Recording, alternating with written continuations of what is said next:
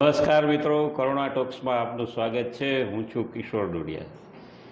1 મે એટલે ગુજરાત રાજ્ય સ્થાપના દિવસ, અને આ ગુજરાત રાજ્ય સ્થાપના દિવસ સમગ્ર ગુજરાતમાં અનેક રીતે ઉજવાઈ રહ્યો છે.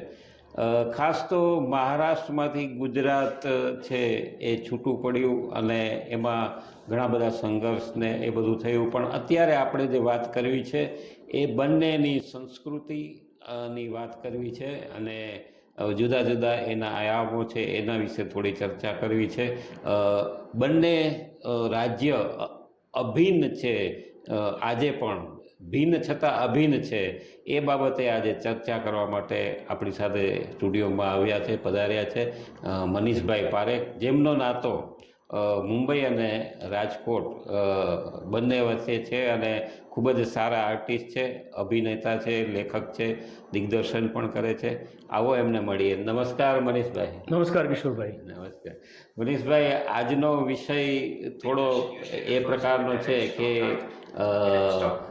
આપણે ભિન્ન સંસ્કૃતિ અને અભિન્ન અંગ આખું જેને કહેવાય કે એ પ્રકારે બે રાજ્યો આપણા દેશમાં બન્યા અને એક જ દિવસે આ આખી સ્થાપના થઈ. તો આ વિશે સંસ્કૃતિ અને થોડી જે એને લગતી હોય એ વાત અમારા દર્શકોને કરો. મૂળ તો સૌને ગુજરાત દિવસની શુભેચ્છા. આમ તો ગુજરાત અને મહારાષ્ટ્ર છૂટા પડ્યા એને આનંદનો વિષય ગણવો કે દુઃખનો વિષય ગણવો એ એક પ્રશ્ન છે. પણ આપણે એવું માનીએ કે બંને રાજ્યો અલગ અલગ, ગુજરાત અને મહારાષ્ટ્ર અલગ પડ્યા, તો એનાથી કેટલાક ફેરફારો આપણે જે નજરે ચડે. એક રીતે તો જે કહીએ કે ભિન્ન છતાં અભિન્ન, શા માટે આપણે એવું કહીએ છીએ? આપણી ઘણી બધી વાનગીઓ છે એ એની સાથે જોડાયેલી છે. પહેલાં તો આપણે ગુજરાત અને મહારાષ્ટ્રમાં શા માટે છૂટા પડ્યા? ઇન્દુલાલ યાજ્ઞિકે 1960માં આંદોલન કર્યું હતું કે ભાઈ બંને રાજ્યોની ભાષા અલગ અલગ છે, બંનેના રહેવાસીઓની ભાષા અલગ છે, તો ભાષાના કારણે એને છૂટા પાડવા જોઈએ, એટલે છૂટા પડ્યા. અને એમાં થયું એવું કે થોડુંક મહારાષ્ટ્રએ જોર વધારે રાખ્યું, તો જે એક નાનકડા દરિયા કિનારાના એક વચ્ચોવચ્ચના ટાપુને ગુજરાતીએ પોતાના પૂરેપૂરા લોહી પસે એનાથી અને જેને સિંચ્યું હતું, એવું મુંબઈ નામનું સરસ મજાનું રૂપકડું નગર એ લોકો લઈ ગયા, જે ખરેખર જો મહારાષ્ટ્રને બદલે ગુજરાતમાં હોત તો કંઈક આખી વાત બદલાઈ ગઈ હોત. આજની તારીખે મુંબઈમાં જેટલા મરાઠીઓ છે એના કરતાં ગુજરાતીઓ ઘણા બધા વધારે છે, અને ઘણું બધું વધુ પ્રભુત્વ ધરાવે છે. તો એ ભાષાના કારણે ખાલી માત્ર બંને છૂટા પડ્યા. હવે આપણે વાત કરીએ કે કઈ કઈ જગ્યાએ સંસ્કૃતિ સાથે જોડાયેલી છે. વર્ષો સુધી સાથે રહ્યો એટલે ભાષા તો જોડાઈ ગઈ. ગુજરાતીઓની એક સૌથી વધારે પ્રિય મિષ્ટાન જે કહેવાય વાનગી એ છે પૂરણપોળી. એટલે પૂરણપોળી બધાને ભાવતી હોય. પણ આમ જોવા જઈએ તો આપણે ગુજરાતીઓની ખરેખર વાનગી ખીર છે, કંસાર છે, એ બધું છે. પૂરણપોળી મરાઠી વાનગી છે, એટલે મહારાષ્ટ્રીયન છે. પણ છતાં પણ જ્યારે કોઈનો જન્મદિવસ હોય કે કોઈ અગત્યનો પ્રસંગ હોય તો બધાને ઘેર પૂરણપોળી બને. અને પૂરણપોળી બને એ એકદમ તહેવાર જેવી વસ્તુ હોય કે જે બની પૂરણપોળી તો બહુ મજા પડે. એવું જ વડોદરાની જે બહુ પ્રખ્યાત જે વસ્તુ વખણાય છે, જેમ રાજકોટમાં ચેવડો વખણાય છે, એમ વડોદરાનો લીલો ચેવડો અને ભાખરવડી વખણાય છે. તો એ ભાખરવડી મહારાષ્ટ્રની નથી વખણાતી, વખણાય છે વડોદરાની. પણ એ ભાખરવડી પણ મૂળ તો મરાઠી મૂળ. આમ તો એવું છે કે વડોદરામાં મરાઠી જ રાજા સયાજીરાવ ગાયકવાડનું વર્ષો સુધી શાસન હતું, એટલે હમણાં સુધી અત્યારે યુનિવર્સિટી પણ છે, અને એ લોકો વર્ષોથી ત્યાં જ વસેલા છે, 2-3 સદીઓથી. એટલે એ લોકોની સાથે જે વ્યવસાયના ધરાવતા લોકો એ લોકો આવ્યા અને એ જોડાઈ ગયા અને ત્યાં સ્થાયી થયા અને ત્યાંથી પ્રખ્યાત થયા. એટલે ભાખરવડી વડોદરાની બનીને રહી ગઈ. પણ એ ભાખરવડી જે છે એ પણ આમ જોવા જઈએ તો ગુજરાતી કહેવાય, પણ એ મરાઠી છે. ઘણા બધા શબ્દો એવા છે કે ગુજરાતી અને મરાઠીમાં નજીક ના લાગે, પણ એના અર્થ અલગ અલગ છે. જેમ કે મરાઠીમાં એક શબ્દ છે સંધિ. એ કે મને એક સંધિ મળીને, કે માની લો કે આજે મને ગુજરાત દિવસ પર વાત કરવાની સંધિ મળી તો મેં ઝડપી લીધી. હવે એમાં એ લોકો મરાઠીઓ જે છે એ વાત કરે છે સંધિ એટલે તક. જ્યારે આપણે સંધિ એટલે બે રાજા વચ્ચેની સંધિ થઈ, કે લડાઈ થઈ હોય અને જે કરાર કરવામાં આવે કે ભાઈ આપણે બંનેની વચ્ચે આપણે કોઈ એકબીજાને આપણે જેને એમઓયુ કહીએ છીએ એને આપણે સંધિ કહીએ છીએ. એવું જ એક છે સમાધાન. એટલે કે મને કેટલા બધા વખતથી આવું ચાલતું હતું, પણ મારે મનનું સમાધાન નહીં થાય ત્યાં સુધી હવે એમાં સમાધાન જે છે એને સંતોષની સાથે એ લોકો શંકાનું સમાધાન આપણે જેમ કહીએ છીએ તો એના મનનું સમાધાન બહુ ઝડપથી અને વારંવાર વપરાતો શબ્દ પ્રયોગ છે. પણ એ લોકો જે શબ્દ પ્રયોગ કરે છે એ એવી રીતે કરે છે કે શંકાનું સમાધાનની જેમ મનનું સમાધાન. જ્યારે આપણે એ વાંચવામાં વાંચીએ ને મનનું સમાધાન ત્યારે આપણને એમ જ લાગે કે કંઈક સમાધાન એટલે કંઈક કોમ્પ્રોમાઇઝ કરવાની વાત કરી રહ્યા છે. આ તો મૂળ વાત થઈ શબ્દમાં જે ફેરફાર છે એની. હવે થોડા ઊંડા ઉતરીએ તો સાહિત્યમાં મરાઠી સાહિત્ય અને ગુજરાતી સાહિત્ય બંને ખૂબ આગળ છે. કાકા સાહેબ કાલેલકર આપણે જેમને કહીએ છીએ કે ભાઈ સવાયા ગુજરાતી, એ ગુજરાતમાં રહીને એમણે એટલું બધું સર્જન કર્યું કે લોકો એને મરાઠી માને જ નહીં, એવું લાગે કે ભાઈ આ તો ગુજરાતી રહે છે. એવા જ એક બહુ સારા દિગ્દર્શક સ્વપ્નિલ વાવસ્કર, એમણે ઘણી બધી સિરિયલ ધારાવાહિક બધી બનાવી ગુજરાતી ટીવી માટે, અલગ અલગ ચેનલો માટે. તો એ પણ મૂળ મરાઠી છે, પણ એણે એટલું બધું કામ ગુજરાતીમાં કર્યું કે લોકો એને ગુજરાતી જ માનવા લાગે. મૂળ સાહિત્યની વાત કરીએ તો આપણે સાહિત્યકારોમાં ઘણા બધા લબ્ધ પ્રતિષ્ઠિત સાહિત્યકારો એવા છે કે જે લોકો શ્રેષ્ઠ લેખન કરે છે અને એમની કૃતિઓને શ્રેષ્ઠ રીતે લોકો સુધી પહોંચવી જોઈએ. જૂની પેઢીમાં પહોંચતી હતી પણ અત્યારની પેઢીમાં પહોંચતી નથી. જ્યારે મરાઠીઓએ સાહિત્યને તો એક સૌથી વધારે નજીક રાખ્યું છે. એટલે આજની તારીખે તમે મુંબઈમાં જાઓ તો જો કોઈ નવું પુસ્તક બહાર પડ્યું હોય તો જેવું બહાર પડે એટલે લોકો રાહ જોતા હોય, જેવું બહાર પડે એટલે ફટાફટ ઉપડી જાય. આપણે ત્યાં લખાવાના નાટક ને ભજવવાના નાટકો અલગ હોય છે, ત્યાં પણ છે, પણ ત્યાં તો નાટકના પુસ્તક પણ જેવા પ્રગટ થાય એટલે ધડાધડ પહેલા વંચાઈ જાય. અને ઘણી બધી વખત એવું બને કે નાટક વંચાયા પછી ભજવાય. આપણે ત્યાં ઘણા બધા નાટકો એવા લખાયા છે કે જે લખાવા ખાતર લખાયા છે, જે ભજવી શકે એવા છે જ નહીં. તો ત્યાં એક તો એટલો બધો ઉત્સાહ છે, એટલો બધો પ્રેમ છે ભાષા પ્રત્યે. આપણે દર વખતે 1 મે આવે ત્યારે અથવા તો કંઈ ચૂંટણીઓ આવે ત્યારે આપણે ગુજરાતની અસ્મિતાની વાત કરીએ, પણ બાકીના 364 દિવસમાં એ અસ્મિતા ભૂલાઈ ગઈ હોય છે. અને કેવું છે કે આપણને ગુજરાતી બોલવી ગમે છે, છપાકડું આવે કે ડાયરો આવે તો આપણને મજા પડે છે, પણ જ્યારે બાળકનું એડમિશન લેવાનું આવે ત્યારે બધા ઇંગ્લિશ મીડિયમમાં જ જાય છે. એમાં એ દિશામાં એવું લાગે છે કે નહીં ભાઈ અંગ્રેજો, આમ આપણે કહીએ છીએ કે અંગ્રેજોનું શાસન જતું રહ્યું 200 વર્ષ તો ખરા, એ પછીના બીજા અત્યારે જોવા જઈએ તો આટલા 77 વર્ષ ઓલમોસ્ટ પહોંચવા વર્ષ, તો એ જેટલા વર્ષ જોયા ગયા તો એ બધામાં તો હજી આપણે એમ જ છીએ કે ભાઈ આપણે નહીં, અંગ્રેજી પરનું વળગણ આપણે છોડી શક્યા નથી. ભોજનમાં આપણે ગુજરાતી વાનગીઓ રાખીએ છીએ, બહાર બીજી બધી વાનગીઓ પણ રાખીએ છીએ, પણ ઇંગ્લિશ તરફનું વળગણ જે છે, ઇંગ્લિશ મીડિયમ સ્કૂલ તરફનું, ઇવન કલ્ચર તરફની જે વાત છે, તો જે સંસ્કૃતિ મહારાષ્ટ્રમાં જળવાઈ રહી છે. આપણે જ્યાં 31st જેટલી ઉજવણી થાય છે એવી વર્ષ પ્રતિપદાની ઉજવણી થતી નથી જે મરાઠીઓએ જાળવી રાખી છે. ગુડી પડવો, જે ચૈત્રી નવરાત્રી શરૂ થાય તો ચૈત્રી નવું વર્ષ છે એ ખરેખર વિશ્વની સ્થાપના જે થઈ, બ્રહ્માંડની સ્થાપના બ્રહ્માજીએ કરી ત્યારનું વર્ષ છે. આપણે તો અને પછી ભગવાન રામ જ્યારે પાછા આવ્યા તો એને વધુ એક દિવસ નવા વર્ષ તરીકે લોકોએ મનાવવાનું શરૂ કર્યું. તો એ એવી રીતે ઉજવાતું થયું. પણ છતાંય જે બ્રિટિશ કેલેન્ડર પ્રમાણે આપણે ગ્રેગોરિયન કેલેન્ડર પ્રમાણે ચાલીએ છીએ એટલે આપણે 31 ને એ બધાને મહત્વ આપીએ છીએ. પણ આમ જોવા જઈએ તો ખરેખર નવું વર્ષ છે એ પ્રકૃતિ જ્યારે નવા રંગ ધારણ કરે, નવા રંગરૂપ ધારણ કરે ત્યારે. ડિસેમ્બર મહિનામાં જોવા જાવ તો તમને ઠંડી પડતી હોય, અને માર્ચમાં જ્યારે આ ચૈત્ર મહિના આવે છે ત્યારે તો બધી જ જગ્યાએ પાનખર જતી રહી હોય, નવા પાંદડા આવી ગયા હોય, નવો પાક આવ્યો હોય, આખી કુદરત ખીલેલી હોય, તો ત્યારે નવું વર્ષની શરૂઆત થાય. તો આપણે એ દ્રષ્ટિએ મહારાષ્ટ્રીયન જે છે લોકો ગુડી પડવો ને બધું ઉજવે છે, અને આપણે ત્યાં જે છે તો આપણે હજી ઘણી બધી મિક્સ પરંપરાઓ ચાલી રહી છે અને મિશ્ર પરંપરાઓમાં છીએ. સાહિત્યની વાત કરીએ, સંસ્કૃતિ, નાટકની વાત કરીએ તો નાટકમાં આજની તારીખે મહારાષ્ટ્રમાં 3 કે 4 ઓડિટોરિયમ મુંબઈમાં આવ્યા છે કે ત્યાં તમે સવારે 9 વાગે જાઓ તો પણ તમે નાટક જોઈ શકો. આપણે ત્યાં પ્રશ્ન એવો છે કે મોટે ભાગે રાતના ટાઈમમાં જ નાટક જોઈ શકાય, અને ક્યારેક જ એવું બને કે બપોરે તમે નાટક જોઈ શકો.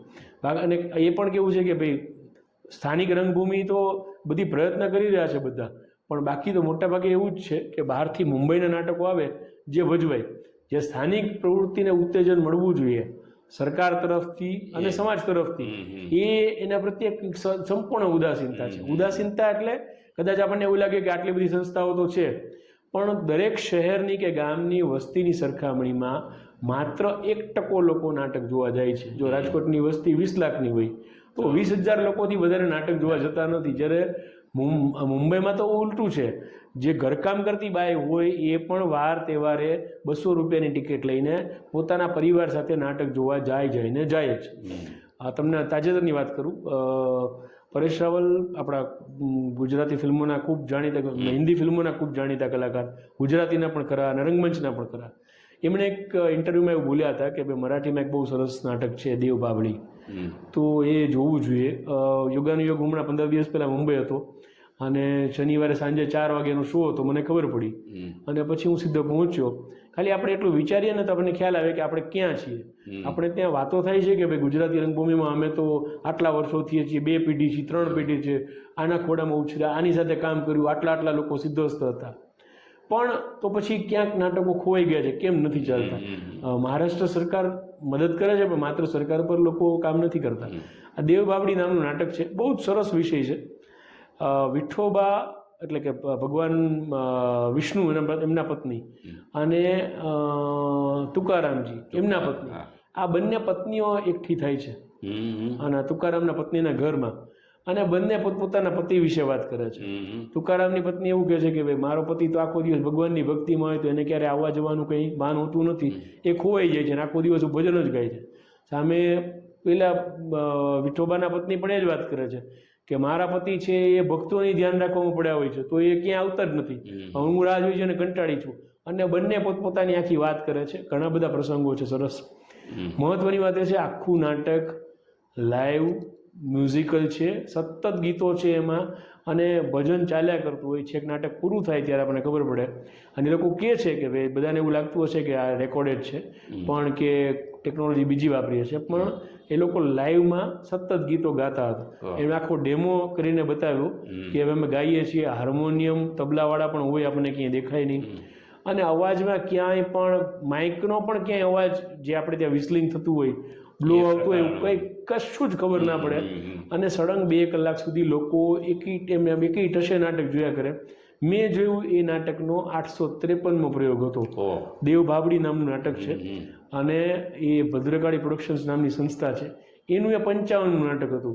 તો આપણે જ્યારે વાત કરતા હોઈએ કે કોઈ પણ સિદ્ધ સંસ્થા છે, ઘણી વખત લોકો એવું કહેતા હોય કે ભાઈ અમે એક્સપેરિમેન્ટલ નાટકો કરીએ છીએ કે અમે એમેચ્યોર નાટકો કરીએ છીએ, પણ એ તો કેવું છે 15, 16, 17 વર્ષની વયના લોકો હોય તો એ લોકો કરતા હોય તો એમેચ્યોર નાટક હોય, અને નાટક હંમેશા નાટક હોય છે, એમાં સારું ખરાબ નથી હોતું. લોકો જે જોવા આવે એ, અને મને તો ગુજરાતી રંગભૂમિનું યાદ આવે કે મોરબી, વાંકાનેર અને રાજકોટ ઘણી બધી વખત હું કહેતો હોઉં છું, અહીંથી પગારદાર નાટક મંડળીઓ હતી, એટલે જે કલાકાર કામ કરતો હોય ને મહિને પગાર મળી જાય ને નિયમિત રીતે શો થાય, આખા દેશમાં નાટકો ભજવાતા. અને એમાંથી પ્રેરણા લઈને મુંબઈની અને ત્યારે તો અને એમાંથી પ્રેરણા લઈને મુંબઈમાં ભાંગવાડી થિયેટર શરૂ થયું હતું કે જુઓ આ લોકો શું નાટક કરી રહ્યા છે, અને આપણે શરૂ કરીએ અને એ લોકો 50 પૈસામાં ટિકિટ રાખવાની અને બધાને પરાણે આગ્રહ કરીને આવવાનું શરૂ કર્યું હતું. અને એમાંથી અત્યારે આખી પરિસ્થિતિ એવી છે કે મુંબઈથી જ આખી ગુજરાતી રંગભૂમિ ઓપરેટ થઈ રહી છે, સંચાલન ત્યાંથી થઈ રહ્યું છે. ઘણી બધી સંસ્થાઓ એવી છે કે જે મોટાભાગે એવું છે કે અમે મુંબઈ સિવાયના નાટકો કરતા નથી, એ લોકોને રાજકોટમાં રહીને પ્રવૃત્તિ કરવામાં વાંધો નથી, પણ નાટકો તો મુંબઈના. અને ઓડિયન્સ પણ એવું છે કે ભાઈ અમારે એ જ જોઈએ છે. તો ઘણી બધી વખત એવું છે કે કલાકારો પણ એવા સજ્જ નથી રહ્યા. જો એ લોકો જાગૃત રહ્યા હોત તો કોઈ પણ કલા હોય, આપણે જોઈએ છે સંગીતકાર હોય કે નૃત્યકાર હોય, તો એ લોકો પ્રાર્થના સભા માટે પણ તૈયાર હોય છે, સંગીત સંધ્યા માટે પણ તૈયાર હોય છે, મહેંદી માટે પણ તૈયાર હોય છે. તો એ લોકો એ ઢાળમાં ઢળવા માટે તૈયાર હોય છે. ત્યારે કદાચ નાટકના કલાકારો એક ફિક્સ પકડી લીધું છે કે અમે અમુક જ પ્રકારના નાટકો કરીશું, અમુક પ્રકારના નહીં કરીએ. હવે લોકભોગ્ય નાટકો સાઈડમાં રહી ગયા છે, અને કંઈક આપવું છે, કંઈક નવું આપવું છે, કંઈક નવું આપવું છે, એમાં પ્રેક્ષક દૂર થઈ ગયો છે. તો એ બાબતમાં આપણને એમ લાગે કે ગુજરાત અને મહારાષ્ટ્રમાં આ બહુ મોટો તફાવત છે કે સાહિત્યમાં કે નાટકમાં. અને જો સરકારી પરિબળની વાત કરીએ, ગુજરાતમાં મેં જોયું છે કે જેમ સરકારીમાં પણ ઘણી બધી ઉદાસીન છે. આપણને ખ્યાલ છે કે સિદ્ધાર્થભાઈએ વચ્ચે એક જાહેર કાર્યક્રમમાં કહ્યું હતું કે ભાઈ એકાદ ઓડિટોરિયમને બાદ કરતાં ગુજરાતના મોટાભાગના ઓડિટોરિયમની પરિસ્થિતિ ખૂબ ખરાબ છે. ઓડિટોરિયમ દેખાવમાં ખૂબ સરસ છે, પણ કેવું છે કે જેમણે બનાવ્યા છે એણે માત્ર ઇન્ટરનેટમાંથી ચિત્રો લઈને બનાવ્યા હોય, ફોટોગ્રાફ્સ જોઈને, તો એને જે પ્રાથમિક સામાન્ય સમજણ હોવી જોઈએ કે નાટકમાં આટલી વસ્તુ જરૂર હોય. નાટકમાં ડિસ્કો લાઇટની જરૂર નથી હોતી, એક સ્કૂલના એન્યુઅલ ફંક્શનમાં જરૂર હોય, પણ એ લોકો એવું કર્યું છે કે બધી જ લાઇટ મૂકી છે કે જેની કલાકારોને જરૂર જ નથી, માત્ર સ્કૂલના ફંક્શન ચાલે. તો આપણે ભૂલી ગયા છીએ કે સંસ્કૃતિ કઈ છે આપણી. આપણું નાટ્યશાસ્ત્ર છે, 64 કળામાં જે કળાઓનો સમાવેશ થાય છે, જેની ડિગ્રી થઈ શકે છે એવા અભ્યાસક્રમવાળા જે કલાકારો છે એને આપણે કલાકાર માનતા જ નથી. સરકાર એ નથી માનતી, મહાનગરપાલિકા એ નથી માનતી, નગરપાલિકા એ નથી માનતી. એ લોકો એવું માને છે કે જે બોલિવૂડના સોંગ્સ ગાય એ હવે જે બોલિવૂડના સોંગ્સ પર નહીં, આખા ભારતમાં એક પણ યુનિવર્સિટી એવી નથી કે જે ફિલ્મ ગીત પરનો કોર્સ ચલાવતી હોય, ફિલ્મ ગીત ગાતા શીખવાડતી હોય. શાસ્ત્રીય સંગીતના ક્લાસીસ છે, શાસ્ત્રીય સંગીતની કોલેજ છે, પણ ફિલ્મ ગીતની કોઈ કોલેજ નથી. પણ આપણે નેતાઓ જેવું માનીને બેઠા છે કે ફિલ્મના ગીત છે એ જ સંસ્કૃતિ છે, અને આપણને પરાણે એવું સમજાવવામાં આવે છે. મહાનગરપાલિકાનો દિવસ હોય, 15મી ઓગસ્ટ હોય કે 26મી જાન્યુઆરી, આપણી સંસ્કૃતિને આપણે આગળ લઈ આવવી જોઈએ એવું મોટે ભાગે કોઈ વિચારતા નથી. અને જ્યારે ક્યારે કદાચ એવું આપણે કોઈ સજેશન કરે અમારા જેવા કે ભાઈ સ્થાનિક કલાકારોને સલાહ આપો, સ્થાનિક કલાકારોને તમે કદાચ પ્લેટફોર્મ આપો, તો એવું બને કે ઘણા બધા ઉત્સાહી નેતાઓ હોય તો એની એક પાસે સાંસ્કૃતિક સમિતિ સંભાળતા હોય કે સ્ટેન્ડિંગ કમિટીમાં હોય, તો પછી એવું બને કે એક કામ કરો, કરાવો કે નાઇટ કરી નાખીએ, હું 2 ગીત ગાઈ લઈશ, તો મુફ્ત કા ચંદન ગઝબે લાલિયા. તો એવું લાગતું હોય કે બધાને કે ભાઈ ચાલો આ બનાવે, આપણે સ્થાનિક કલાકારોને પ્લેટફોર્મ આપે. આપણે મૂળ વાત સંસ્કૃતિને આગળ લઈ આવવાની છે. તો શાસ્ત્રીય સંગીતના, શાસ્ત્રીય નૃત્યના કાર્યક્રમો એ જો મહાનગરપાલિકા કરે કે રાજ્ય સરકાર કરે તો એનાથી અને સ્થાનિક કલાકારોને લઈને બહારથી કેટલા બધા કલાકારો આવે છે એ તો આપણે જાણીએ જ છીએ. અહીંના કલાકારો ખરેખર ટેલેન્ટેડ છે. અમે લોકો મુંબઈ સુધી શો કરવા જઈએ જ છીએ. હમણાં 6 મહિના પહેલા અમે મુંબઈ ગયા હતા વિવેકાનંદનો શો કરવા માટે. તો ત્યાંની પબ્લિકે અમને નાટક પૂરું થયા પછી સ્ટેન્ડિંગ ઓવેશન આપ્યું. જ્યારે ત્યાંના આયોજકે કહ્યું હતું કે 12 વાગ્યા પછી પબ્લિક બેસે કે નહીં હું નથી જાણતો, તમારું જો મોડું ચાલશે એને બદલે લોકો છેલ્લે સુધી બેઠા, છેલ્લે ફોટો પડાવીને સ્ટેન્ડિંગ ઓવેશન આપીને ગયા કે અમે આટલા બધા નાટકો વ્યવસાયિક જોઈએ છે પણ અમને આ નાટક જેવી મજા આવતી નથી, એટલે અમને આમાં મજા પડી છે. તો આપણને ખ્યાલ છે કે ભાઈ લોકો સારું લેવા માટે થઈને તૈયાર છે જો યોગ્ય પ્લેટફોર્મ મળે. આપણે ત્યાં તો એક કમનસીબી કેવી છે કે કોમ્યુનિટી હોલ જે સંભાળતો હોય અથવા એને જેને નિયમ બનાવ્યા હોય એ જ વ્યક્તિ ઓડિટોરિયમ બનાવતો હોય, એને કંઈ ખબર જ નથી. એટલે કોમ્યુનિટી હોલ કેવું હોય કે દિવાલથી દિવાલ કોરો હોય. તો કલાકારો માટેનું જે નાટ્યગૃહ બન્યું છે, માની લો કે આપણે અહીંયા પ્રમુખ સ્વામી ઓડિટોરિયમ છે, અટલ બિહારી વાજપેયી ઓડિટોરિયમ છે, ત્યાં પ્રેક્ષકોને બેસવાની વ્યવસ્થા છે, સરસ છે, પણ કલાકારોને બેસવાની વ્યવસ્થા નથી. ત્યાં એક પણ ખુરશી નથી, ટેબલ નથી. જોઈતું હોય કલાકારને શો કરવા માટે. તો હવે કલાકાર રાજકોટમાં જ રહે છે, રાજકોટમાં પાણી વેરો ભરે છે, રાજકોટના બધી જ જાતના વેરા ભરે છે, મત આપવા જાય છે, એ બધું જ કરે છે, છતાં આ કલાકાર પ્રત્યે, બધા જ કલાકારો પ્રત્યે આવું ઓરમાયું વર્તન રહ્યું જ છે. અને કોઈને ખબર જ નથી, કારણ કે રાજકારણીઓને જ રસ નથી આ વસ્તુ જાણવામાં. એક વ્યક્તિ ઇલેક્ટ્રિશિયન નક્કી કરે કે લાઇટ આ ચાલશે ને નહીં ચાલે. હું મુંબઈમાં છે ને શોની વાત કરવા ગયો હતો, ત્યાં શોની વાત કરું છું, ત્યાં મીરા ભાઈન્દરમાં કોર્પોરેશને 4 માળનું ઓડિટોરિયમ બનાવેલું છે.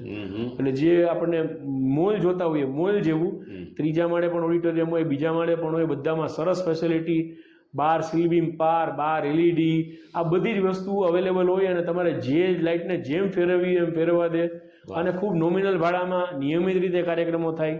જ્યારે આપણે ત્યાં તો કેવું છે, મતલબ પ્રમુખ સ્વામી ઓડિટોરિયમ છે એમાં કંઈક ભૂતકાળમાં એકાદી વાર અકસ્માત થયો છે તો એવું કર્યું નક્કી એ લોકોએ કે લાઇટ સારામાં સારી લગાડી છે અને એમાંથી મોટાભાગની લાઇટ એવી છે કે જે સાંસ્કૃતિક કાર્યક્રમમાં વપરાય પણ નાટકમાં વપરાય નહીં. નાટકમાં જ્યાં કલાકાર ઊભો હોય એના પર જો એને ફોકસ જોઈતું હોય તો એવી લાઇટની જરૂર હોય, એ સિવાયની કોઈ લાઇટની જરૂર નથી.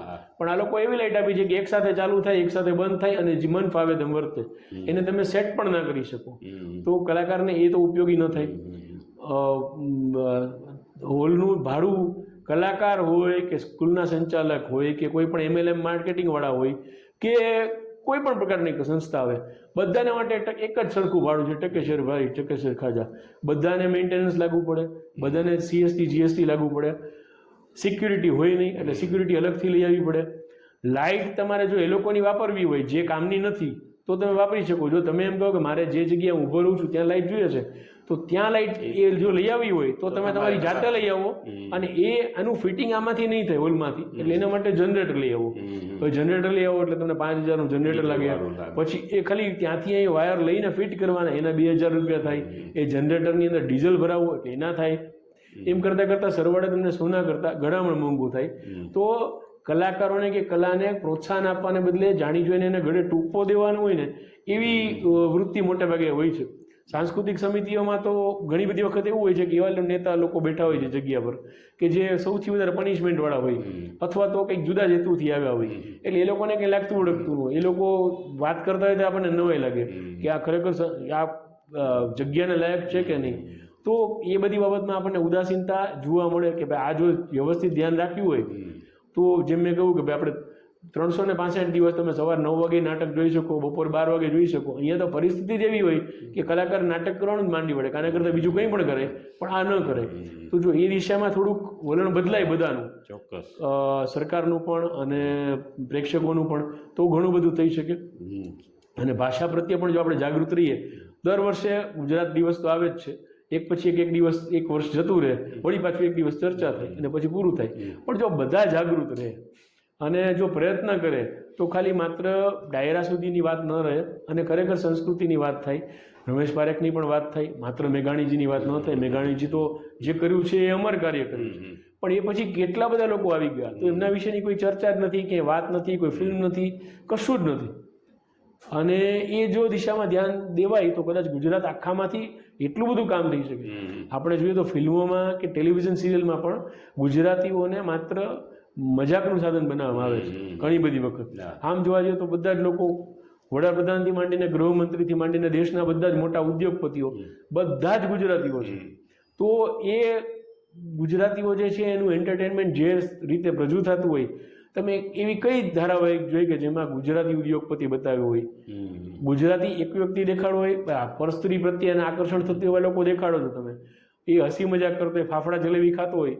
પણ અમારે હમણાં વારંવાર બહારગામ જવાનું થાય છે, જોઈએ છે ટ્રેનમાં હવે નિયમ બદલાઈ ગયા છે, ફૂડ તમને જે જોઈએ છે એવું મળતું નથી અને ઘણી વખત તો કંઈ મળતું જ નથી. તો આપણને એમ થાય કે આપણા વડવાઓ જે લોકો ભલે આપણી મશ્કરી કરતા હોય, પણ જે થેપલા અને ખાખરા અને ફાફડા લઈને જતા હતા એ લોકોને ક્યારેય ફૂડ પોઈઝનિંગ નથી થયું, એ લોકો ક્યારેય બીમાર નથી પડ્યા. અને એ લોકો પોતાનું જે સાથે લઈને જતા હતા, સુખડી લઈને ગયા હોય તો સુખડી 15 દિવસ બગડતી નથી અને તમારું એટલા દિવસ સરસ આખું ભોજન ચાલે છે, તમે ટ્રાવેલિંગમાં ક્યાંય નડતું નથી. તો એ બધી જે દૂરંદેશી હતી એને લોકોએ મશ્કરીનું સાધન બનાવ્યું છે. તો એ બાબતમાં કોઈ ગુજરાતીઓ જાગતા નથી કે ભાઈ આ તમે ખોટું કરી રહ્યા છો, કે આ ન હોવું જોઈએ. અને ગુજરાતીઓ જેટલું બીજા લોકોને માન આપે છે, ઇવન સ્ત્રીઓને માન આપે છે, એવું ભાગ્યે જ કોઈ આપતા હશે. પણ ગુજરાતી નાટક હોય કે ફિલ્મમાં મોટે ભાગે અભિનેતાને પરસ્ત્રી પ્રત્યે આકર્ષિત થતો વધારે દેખાડવામાં આવે, જેવું ખરેખર હોતું નથી ક્યારેય. આપણે કદાચ એવું કોઈ કરતું હોય ને તો એમ કે ભાઈ આ ભાઈ બરોબર નથી, એનાથી દૂર રહેજો. પણ સિરિયલમાં આપણે જોઈને હસી કાઢીએ કે હા કેવું સરસ છે નહીં, અને એવું માનતા હોઈએ. એક તરફ આપણે બાળકોને કહેતા હોય કે આવું ન કરવાનું. એટલે થોડુંક આપણે જો બધા મનોમંથન જેમ આપણે અત્યારે બંને જણ કરી રહ્યા છે, એવી જ રીતે જો લોકો વિચારે કે આપણે કઈ દિશામાં જવું જોઈએ. અને અત્યારે તો કલ્ચર ગુજરાતમાં પણ કોરિયન કલ્ચર પ્રવેશી ગયું છે, બધા જ લોકો એ જોઈ રહ્યા છે, પણ આપણે એ નથી કરી શક્યા હજી કે વિદેશમાં ગુજરાતી કલ્ચર એટલો પોપ્યુલર થાય. જો કરવું હોય, પડકાર ઝીલવો હોય તો આ છે. ભારતીય ભાષા તો છોડો, આપણે અત્યારે જે ચાલી રહ્યું છે તો એવું ચાલી રહ્યું છે કે ભાઈ કોરિયન કલ્ચરમાં છે, બાળકો બધા જ કોરિયન સોંગ સાંભળે છે, કોરિયન હેરસ્ટાઈલ રાખે છે, કોરિયન વાત તો એનિમે જોયા કરે છે. તો આપણી બધી સંસ્કૃતિને કોણ પહોંચાડશે એમના સુધી? એટલે માતા પિતાએ જાગૃત રહેવું પડશે અને સૌએ સહિયારા પ્રયત્નો કરીશું તો ચોક્કસ કંઈક થઈ શકશે, સાર્થક થાય. બરોબર છે. ખૂબ જ સરસ આપે વાત કરી. ઓછા ટાઈમમાં પણ ઘણી બધી વાતો આપણે કરીએ. અને ખાસ તો આજનો જે સ્થાપના દિવસ છે, રાજકોટ મહાનગરપાલિકાની નવી ટીમ પણ હવે થોડા દિવસમાં એ બધું સંભાળી લેશે. આ એક વિચાર છે, એક સજેશન છે, આપ સૌ એમને સ્વીકારશો. અને ખાસ અમારા આ સ્ટુડિયોમાં મનીષભાઈ આપ પધાર્યા અને ખૂબ જ સરસ વાત કરી. ખૂબ ખૂબ આભાર આપો. ધન્યવાદ. ધન્યવાદ.